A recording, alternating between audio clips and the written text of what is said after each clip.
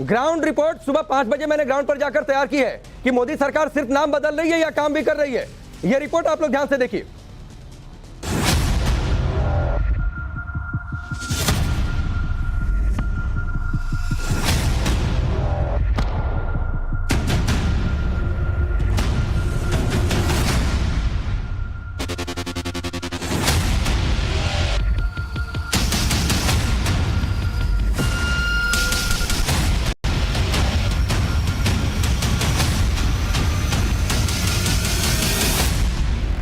Delhi Mumbai expressway के शानदार सफर पर जो पहला चरण तैयार है, मैं और अभिषेक आपके साथ लगातार मौजूद हैं। पूर्व अमेरिकी राष्ट्रपति जॉन एफ कैनेडी ने कहा था कि अमेरिका इसलिए रिच है, अमेरिका इसलिए विकसित है क्योंकि वहां की सड़कें शानदार है। तो अभिषेक, उसी रास्ते पर हिंदुस्तान आगे बढ़ रहा है क्योंकि ऐसा एक्सप्रेसवे जैसा पूरी दुनिया में कहीं नहीं है, वो तैयार हो रहा है। देखिए, निश्चित रूप से अगर आपको आर्थिक गति चाहिए, देश को रफ्तार बढ़ाना है, तो आपको ऐसी सड़कें, ऐसे एक्सप्रेसवे बनानी पड़ेंगी। और जरा देखिए यहाँ पे मध्य प्रदेश ने कितना शानदार काम किया है। रतलाम में 3500 करोड़ की लागत से मल्टी लॉजिस्टिक पार्क बन रहा है। यानी रतलाम वो जगह है जहां से एक्सप्रेसवे गुजरेगा। यहाँ पर जिस बात का अभिषेक जिक्र कर रहे हैं, जब ये दिल्ली से एक्सप्रेसवे आगे बढ़ेगा, राजस्थान, मध्य प्रदेश, गुजरात, इन राज्यों से होकर गुजरेगा और जिन जिन शहरों से जो बड़े बड़े शहर आएंगे इस एक्सप्रेसवे के किनारे, वहां पर इकोनॉमिक डेवलपमेंट कैसे हो, अर्थ क्रांति कैसे तेज गति से आगे बढ़े, इस बात की भी व्यवस्था की जा रही है। देखिए, सारे जो राज्य हैं वो मीटिंग भी कर रहे हैं कि कहां से एक्सप्रेसवे के पॉइंट्स जहां पे कट रहे हैं वहां पे बिजनेस पार्क बनाएं, वहां पे लॉजिस्टिक पार्क बनाएं, ताकि जो उनके राज्य की अर्थव्यवस्था है उसको रफ्तार मिले। अब जरा सोचिए कि अगर आपको दिल्ली से यहाँ सामान लाना था मध्य प्रदेश, आपको 14-15 घंटे लगते थे। नहीं, और टूरिज्म कितना बढ़ेगा। आपको दिल्ली से जयपुर जाना है, अभी कितने लगते हैं? 6 घंटे। अगर मैं बिल्कुल, आप इस एक्सप्रेसवे से चढ़ेंगे तो आप सिर्फ 2 घंटे में जयपुर पहुंच जाएंगे। बिल्कुल, निश्चित रूप से 2 घंटे में आप जयपुर पहुंच सकते हैं। यानी कि नाश्ता कीजिए आप दिल्ली में और उसके बाद नहीं, चाय पीजिए दिल्ली में, नाश्ता कीजिए जयपुर में। बिल्कुल बिल्कुल, आप नाश्ता भी कर सकते हैं और दोपहर में प्याज की कचौड़ियां भी खा सकते हैं जयपुर में। एक चीज और आपको दिखाना, तस्वीर बहुत जरूरी है क्योंकि आप ये देखिए, मेरी बाईं ओर रेलवे ट्रैक है। आप सोचिए कितनी अद्भुत ये तस्वीर है। आप आमतौर पर आपको लगेगा जब ये एक्सप्रेसवे शुरू होगा, कभी आप इस सफर पर आगे बढ़ेंगे, आपको लगेगा नहीं कि आप हिंदुस्तान में हैं। जानवरों के लिए, जो जंगली जानवर है उनको सुरक्षा का ध्यान रखते हुए वहां पे ओवरपास बनाया जा रहा है। यानी कि जानवरों को कोई दिक्कत नहीं होगी। अक्सर आप सुनते होंगे एक्सप्रेसवे पे गाड़ियां टकराई जानवरों से और जानवरों की मौत, लेकिन यहाँ पे उसका विशेष ध्यान रखा गया है। बाकायदा शीशे लगाए जा रहे हैं, नॉइज कॉरिडोर बनाया जा रहा है ताकि जो बात अभिषेक कह रहे हैं, मैं आपको उदाहरण देकर समझाता हूँ। आपको मैं जरा नीचे की तस्वीर दिखाता हूँ। पंकज, जरा नीचे की तस्वीर दिखाइए। अब जब ये ग्रीन ओवरपास, ग्रीन अंडरपास, जैसे आपको बाउंड्री फिलहाल दिख रही है, ये लेन एक्सटेंशन के लिए बाउंड्री है, लेकिन ऐसे ही एक्सप्रेसवे जब फॉरेस्ट रिजर्व एरिया से होकर गुजरेगा और जो ग्रीन ओवरपास बनेगा, तो ऐसे ही शीशे की ऊंची दीवारें रहेंगी ताकि वहां से जानवर जो है ना आ पाए। दूसरी ये भी व्यवस्था की गई है कि आराम से, जैसे आपको टनल आपको दिख रही है, ड्रोन के जरिए, जरा टनल दिखाइएगा, टनल दिखाइएगा जरा। ड्रोन के जरिए जो आपको टनल दिखाई दे रही है, ये टनल यहां पर है रेलवे के लिए, लेकिन वहां पर ऐसी टनल बनी होगी ताकि उसके नीचे से जानवर दूसरी ओर जा पाए। बिल्कुल, और वहां ग्रीन ओवरपास, वहां पे नॉइज प्रोटेक्टर भी लग रहा है। आप सोचिए कितना ज्यादा जरूरी है ये, जानवरों को परेशानी ना हो, जानवर आराम से अपने जो एटमॉस्फेयर है जंगल, वहां पे रह सके, गाड़ियों की आवाज उन तक ना पहुंचे, इसको लेकर भी विशेष ध्यान दिया जा रहा है। और वहां पे नॉइज शेल्टर लग रहा है कि आवाज बाहर ना निकले, गाड़ियां अपनी रफ्तार से चले, 120 किलोमीटर की जो रफ्तार है, लेकिन जानवरों को जो नेचुरल रिसोर्सेज है उनको नुकसान ना पहुंचे। ग्रीन ओवरपास बनेंगे, ग्रीन अंडरपास बनेंगे, यानी ये सड़क भी टनल के ऊपर, टनल से होकर गुजरेगी, ये एक्सप्रेसवे भी टनल से होकर गुजरेगा। यानी जानवर ऊपर से होकर चले जाएंगे, उन्हें कोई दिक्कत नहीं होगी, वो देखेंगे, ठीक है, उनके लिए भी एक अलग तस्वीर होगी कि ये सड़क की तस्वीर है, गाड़ियों की तस्वीर है। बिल्कुल, कोविड में आपने देखा था रोड शांति था, लोग जो जानवर थे वो सड़क पे घूम रहे थे। ये एक और तस्वीर होगी जहाँ पे नीचे गाड़ियां चलेंगी, ऊपर देखिए जो टनल आपको नीचे से दिख रही थी, उस टनल के ठीक ऊपर हम मौजूद हैं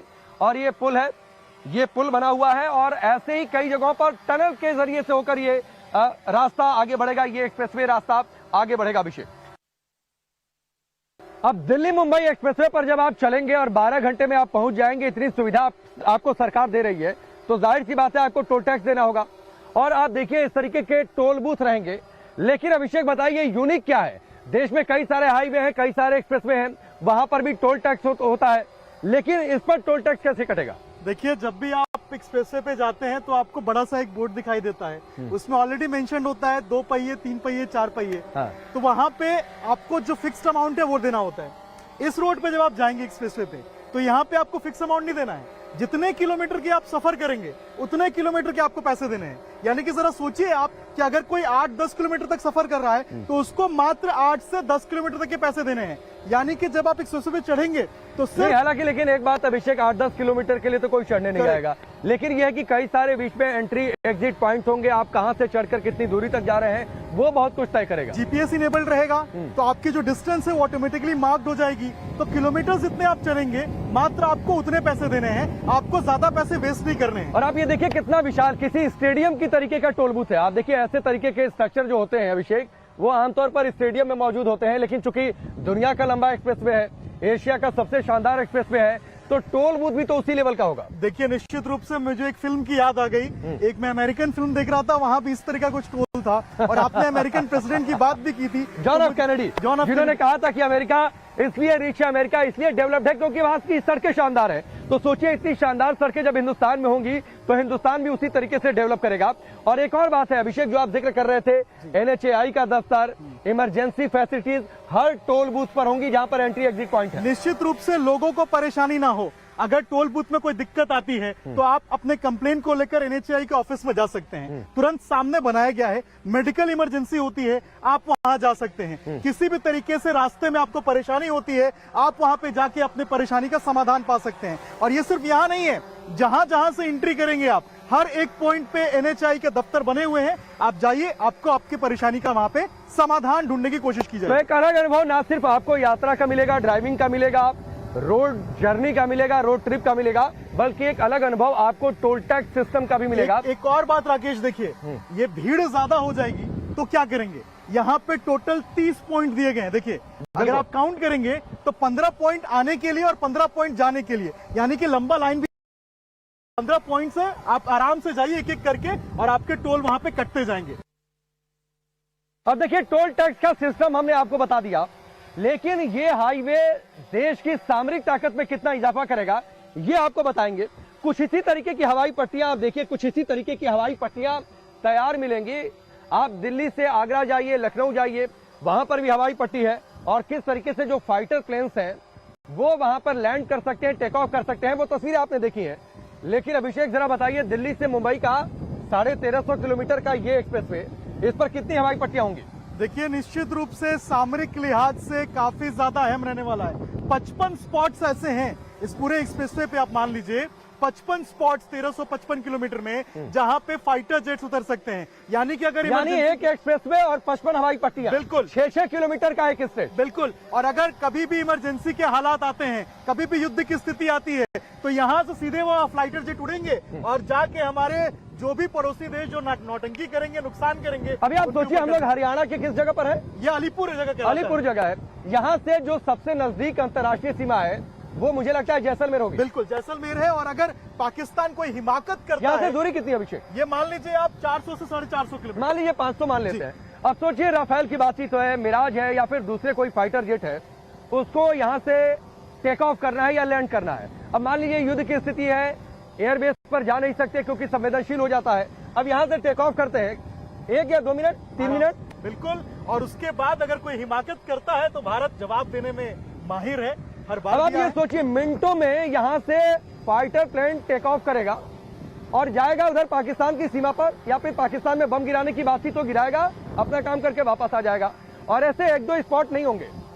इस पूरी हवाई पट्टी की अगर हम बातचीत करें, दिल्ली से मुंबई एक्सप्रेसवे 55 हवाई पट्टियां बनेंगी, 1-2 नहीं 55। और अब आप ये सोचिए, और स्टेज देखिए कितना लंबा है ये। कई बार हवाई पट्टियां एक्सप्रेसवे पे बनती हैं तो एक छोटे से पैन के लिए होती है, एक छोटे से टर्म के लिए होती है, लेकिन 6 किलोमीटर का लंबा इसको स्ट्रेच किया गया है और चौड़ाई भी इसकी काफी ज्यादा है। तो आप राफेल को भी उतार सकते हैं, मिराज को भी उतार सकते हैं, हेलीपैड्स बनाए गए हैं। तो हर एक दृष्टि से, हर एक सिचुएशन के लिए, यानी आप ये सोचिए हेलीपैड बनेगा, हवाई पट्टियां बनेंगी, ये सामरिक ताकत को बढ़ाएगा, पेट्रोल आपका बचेगा, पैसा आपका बचने वाला है, कार्बन का उत्सर्जन कम होगा, ग्रीनरी होगी, प्रकृति का कितना ध्यान रखा जा रहा है, फॉरेस्ट एरिया आ रहे हैं, जानवरों को भी दिक्कत नहीं हो रही है। कहीं आपने दुनिया में सोचा है इतनी सारी बातों का ध्यान रखा जाए रोड बनाते समय? अभी तक हमने दिखाया आपको कि आखिर एक्सप्रेसवे की खासियत क्या है, क्या क्या सुविधाएं आपको मिलेंगी जब आप दिल्ली से मुंबई जाएंगे या मुंबई से दिल्ली जाएंगे इस एक्सप्रेसवे के जरिए। लेकिन कितना आरामदायक ये सफर रहेगा, कितने झटके आपको महसूस होंगे, ये भी हम आपको बताएंगे। अभी एक टेस्ट करेंगे हम। राकेश मौजूद है आगे गाड़ी की सीट पे। राकेश जरा बताइए। बिल्कुल, देखिए अगर आप इतने लंबे एक्सप्रेसवे पर हैं, कोई ऑफिशियल काम है, आप लैपटॉप ऑन कर लीजिए, पानी का गिलास आप सामने रख दीजिए और देखिए गाड़ी की स्पीड है 120। मैं चाहूंगा पंकज आपको स्पीडोमीटर पर दिखाएं। 120 इस एक्सप्रेसवे पर लिमिट है, यानी आप गाड़ी लेकर चलेंगे तो 120 से ज्यादा की स्पीड नहीं। पानी जो है शीशे के गिलास में हमने भर कर रखा है। देखिए पानी गिरेगा नहीं और इससे आप अंदाजा लगाइए कि आपको झटके कितने कम लगेंगे। और उसके बाद आप लैपटॉप ऑन करिए अभिषेक, और आराम से जो भी काम है, कोई ऑफिशियल काम है, मेल आपको टाइप करना है या फिर अपनी टीम के साथ अगर आपको बातचीत करना है, मेल ऑन कर लीजिए और उसके बाद जो है आप टीम से बातचीत करते रहिए, चैट करिए, कनेक्ट करिए और जरूरत पड़ने पर फिर आप पानी का ग्लास उठाइए और आप पी भी सकते हैं निश्चित रूप से। और राकेश, इसको अगर आप रखेंगे वहां पे तो अमूमन एक्सप्रेसवे पे जब हमने देखा है कि जब गाड़ियां चलती हैं तो एक अजीब तरह की हलचल होती है बॉडी में भी और लोग हरास में ही हो जाते हैं। लेकिन यहाँ पे देखिए ग्लास टेढ़ी है अभिषेक, बिल्कुल ग्लास टेढ़ी है, उसके बावजूद पानी बिल्कुल छलक नहीं रहा। गाड़ी की स्पीड 120 जरा स्पीड मीटर दिखाइए। 120 गाड़ी की स्पीड है और यही एक्सप्रेसवे की स्पीड लिमिट भी है। आप जब भी गाड़ी लेकर आइएगा तो 120 से ज्यादा मत चलिएगा, वरना आपका पैसा कट जाएगा, चालान कट जाएगा। हर जगह 500 मीटर पर सीसीटीवी कैमरे हैं। और देखिए और पानी हिल ये आ नहीं गया। रहा है। नहीं, एक चीज और आ गई अभिषेक, जरा वो तस्वीर मैं चाहूंगा पंकज दिखाइए। छोटी गाड़ियों के लिए, 4 व्हीलर्स के लिए 120 स्पीड लिमिट है। बस बड़ी गाड़ियां हैं उनके लिए 100 और ट्रक वगैरह है तो उनके लिए 80।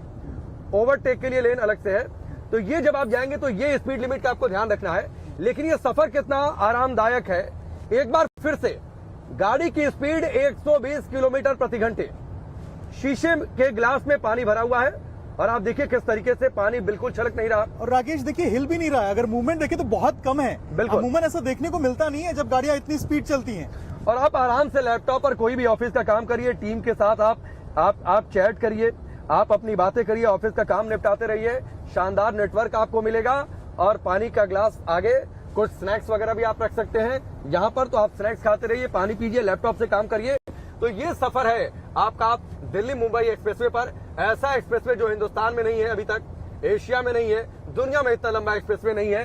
तो ये सफर बेहद मनोरंजक रहा है अभिषेक के साथ। और अभी तो इसके पहले चरण का उद्घाटन प्रधानमंत्री कर रहे हैं दौसा तक। जल्दी अगले 2 सालों में, मैं ठीक हूं अभिषेक, अगले 2 सालों में ये पूरा एक्सप्रेसवे रेडी हो जाएगा। उसके बाद आप फराटा भर पाएंगे। बिल्कुल। तो ये रिपोर्ट आपने देखी ग्राउंड पर जाकर। मैंने इसीलिए सुबह 5 बजे से मैं ग्राउंड पर था और इसीलिए इस रिपोर्ट को तैयार किया कि इस देश में सिर्फ नाम बदलने की सियासत हो रही है या फिर काम भी हो रहा है।